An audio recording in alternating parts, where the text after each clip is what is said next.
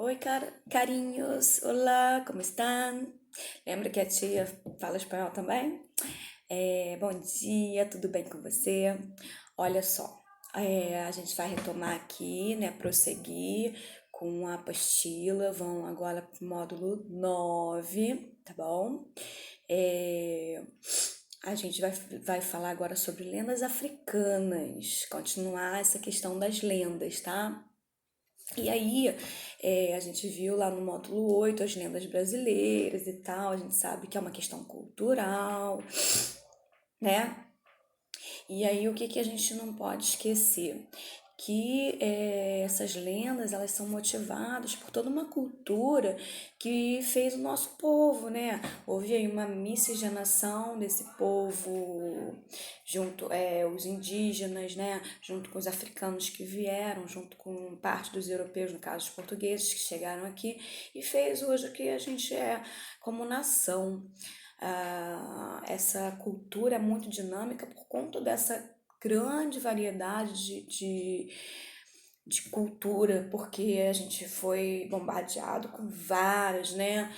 Também tiveram aqui no Brasil os holandeses, enfim. Então, a gente vai falar especificamente da africanidade, tá? É comum hoje muitas pessoas acharem que tem uma descendência europeia e tal, e muitos não se orgulham de falar o quanto que a origem africana, né? Porque muitos de nós, mesmo que seja descendente europeu, tem essa questão no sangue africano, porque muito ancestral, né? E um deles pode ter realmente se misturado aí com um africano, né? É muito difícil a gente poder dizer que não tem uma ancestralidade africana, tá? É, a gente tem aí recebendo, né, desse povo, a gente tem música, a gente tem religião, a gente tem vários instrumentos musicais, a gente tem uma culinária maravilhosa, a gente tem o folclore, tá? Que no caso aí são lendas e mitos, né, da oralidade, tal, a maneira de se expressar, tá? E a gente deve valorizar muito, porque é isso que nos forma, né? Daí que a gente se conhece como brasileiro, porque a gente tem essa cultura muito enraizada dentro da gente, mesmo que a gente não tenha consciência, né? Então, vocês estão estudando exatamente para saber do que você é composto, né? No caso, ideologicamente falando. Aqui no Gotas do Saber, diz assim: a influência africana na culinária brasileira é considerável e marcante. Alguns dos exemplos mais citados, né, são o vatapá, acarajé, cururu, feijão de corda, entre outros. O uso do leite de coco, do azeite de dendê, né? Eu particularmente não gosto muito de azeite de dendê, não. Mas, para quem curte, né? Depois a gente tem aqui no Para Aprender, falando que a história do continente africano, né, se cruza com a brasileira, primeiro porque a parte da África e do Brasil terem sido colonizados pelos portugueses, recebendo influências similares, né, a gente foi influenciado da mesma forma, e depois da grande quantidade de africanos que veio para cá, né, e isso fez com que a gente ficasse, né, como durou muitos séculos, a escravidão no Brasil deixou marcas profundas aqui na nossa cultura, né? Então a gente não pode deixar de dizer que a gente tem uma raiz africana, mesmo que não seja no sangue, né? Por uma questão de descendência, a gente tem uma questão cultural, né? Todos nós temos um pouco dessa africanidade dentro da gente, tá bom? Depois a gente tem aqui a questão da língua, tá? Então, um dos maiores traços de identidade, a gente tem palavras como caçula, ginga, miçanga, entre algumas outras que vieram aí por causa da cultura africana.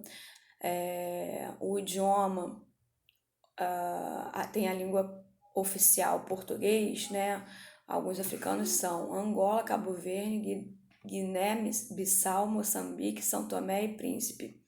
Então, a Guiné Equatorial também adotou o português como sua terceira língua oficial em 2011, junto com o francês e com o espanhol, tá? Só que a Guiné Equatorial fica aqui na América, tá, gente? A, o francês e o espanhol, que são as línguas mesmo, as primeiras línguas, né, que se aprende lá. Então, olha quanto lugar, que não é aqui no Brasil apenas, que fala português, né? A gente tem essa questão aí juntinho com a gente, né? Vocês não estão esquecendo de se hidratar, né? Adoro água com gás, gente. Gosto muito. Mas a gente não pode só beber água com gás, tem que beber água normal também, suquinhos, né? Então vamos lá. Bom, deixa eu baixar aqui pra gente ler. Bom, no módulo 8, né, a gente viu que as lendas brasileiras têm um olhar para o homem em situações que o cercam pela presença de um ambiente da natureza, da floresta, né, animais que se mesclam com o homem e tal, tem a mula sem cabeça e tal, enfim, né, o saci, que é metade homem com perna, né, uma perna só, etc, né, né, tem o Calunga na Angola e leão e rinoceronte, traços marcantes na cultura africana. Eu não conheço muito, não, essa questão das lendas. Não li tanto quanto eu tenho conhecimento do brasileiro, né? Mas uma questão que a gente tem muito enraizada, assim, que todo mundo conhece muito, não só eu, mas você também, é a questão dos instrumentos musicais. Porque as lendas não foram difundidas há muito tempo, né? Há pouco tempo que se trouxe essa questão do estudo da africanidade aqui no Brasil. Não era comum, quando eu estudava, né, na escola, como vocês, eu não estudava literatura africana. Hoje em dia se põe essa literatura para estudo na escola, mas não era comum. Então, grande parte da população, né, que é jovem como eu, não jovem como vocês, não teve esse aprendizado na escola. O que eu sei é meu estudo póstumo, né, o que eu estudei depois disso. Mas a música é muito presente. A gente tem aqui, ó, tambor, reco-reco, cuíca, agogô, berimbau. É muito comum essa cultura está muito grande lá na Bahia, né? Não sei se vocês sabem, na Bahia a cultura africana é bem enraizada mesmo. E não só a questão da musicalidade, como a questão também da religião, né? Que a gente sabe que o candomblé e a umbanda vieram também por herança da, da África, né? A gente tem aqui os estilos musicais, né, que principalmente na Bahia, que fala que como eu falei, né, tem o axé, o samba reggae e jexá, entre outros. Esse jexá eu nunca ouvi falar. Alguém já ouviu falar? Tem também o samba, né, que se expandiu, a música popular brasileira e tal. A gente tem que tratar também da negritude, né? Aí tem aqui na próxima página, no 102, vai falar da religião, né? Gente, vocês acreditam que eu já fiz capoeira? Tem uma foto de um capoeirista aqui. Eu amo capoeira. Eu amo lutas, né? Amo lutas em geral. Eu acho muito legal. É um jeito bom da gente se exercitar, né? A gente tem que fazer exercício. Eu acho que dançar e fazer luta são, assim, delícias, né? A gente não só pratica algum tipo de atividade física e faz bem para a saúde, como para a mente. É uma delícia, né? Dançar é uma delícia, fazer uma luta. Não sei se vocês já tiveram essa experiência, se não tiveram, tenho. Não agora que a gente não tá podendo fazer, né? Mas quando acabar essa quarentena aí, pede pra mamãe e pro papai botar ou numa dança, né? A gente tem tantas coisas aí, e tem karatê, capoeira, tem balé, tem hip hop. Meu sobrinho tava entrando no hip hop, tadinho. Ele é pequenininho e ele tava gostando tanto. Aí veio esse negócio da quarentena, ele teve que parar. Bom, a gente tem uma outra questão aqui, que é a literatura. tá? Antes de falar da literatura africana, a gente tem que falar de um cara muito conhecido que se chamava Castro Alves. É um poeta brasileiro que falava muito mesmo, né? Ele teve alguns momentos da sua literatura, e no terceiro momento da sua literatura ele falou muito mesmo sobre a africanidade, os escravos, né? Ele lutava contra a escravatura, e aí tem um poema muito conhecido que se chama Navio Negreiro. Até nas entrelinhas aqui, da página 103, está escrito aqui uma coisa importante. Ó, o Navio Negreiro, de Castro Alves, escrito em 1868, é composto de 6 partes. Esse poema foi importante para despertar a consciência das pessoas na época para a situação dos africanos escravizados, empregando imagens expressivas como predileção pelos espaços amplos como céu e oceano. O poeta consegue um efeito dramático que emociona os leitores de todas as gerações. Aí você vai ler aqui esse poema, tá? Que é a quarta parte do poema. Diz aqui, né? Eles eram acorrentados, agredidos fisicamente. A dança era uma forma poética e irônica de falar do balanço involuntário dos escravizados com o movimento do mar, né? Nem crianças e nem as mulheres eram poupadas, nem quem estava amamentando, era muito triste, sabe? Então você aí tem aqui, né? Ouve-se os gritos, o chicote estala e voam mais e mais. É uma parte bem triste, né? Uma literatura que dá muita tristeza de a gente pensar que seres humanos foram tratados dessa forma. Vocês não concordam? Eu acho que isso daí foi uma atrocidade que foi feita. Mas existem muitas outras, né? Eu vejo algumas séries de antigamente, falando, né? De muito, muito, muito antigamente mesmo. E aí a gente vê como que o mundo sempre foi cruel. Quando não eram os negros, eram outras populações menos favorecidas, né? E sempre foram oprimidos. Sempre teve os opressores e os oprimidos. Isso sempre existiu e, infelizmente, é uma coisa assim que provavelmente sempre vai existir. Isso é muito triste. Vamos lá para a página 104. Agora a gente vai falar de literatura africana, tá?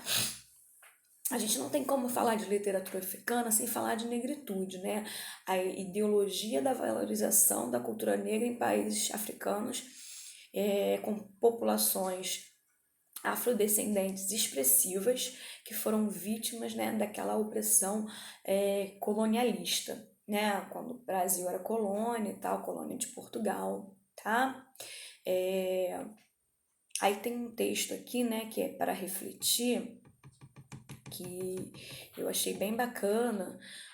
Felizmente, nos últimos anos, tem se percebido os efeitos positivos da ideologia nos meios de comunicação, em manifestações culturais, sociais, televisões, redes sociais, diálogo do cotidiano, etc.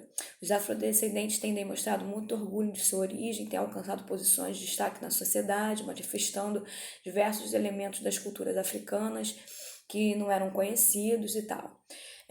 Tem um empoderamento, né, que está acontecendo aí, embora essa luta por respeito ainda seja algo que está em andamento, ainda não é uma coisa que eles venceram, né, que nós vencemos, porque eu tenho sangue negro no meu corpo, entendeu? Eu tenho negritude.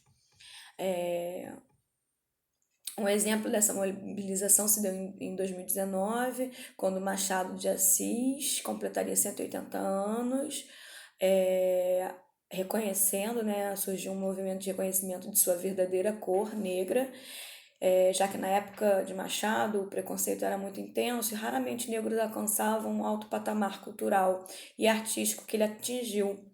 A sua imagem em fotografias pretas e brancas foi errônea e justamente construída com a de um homem branco.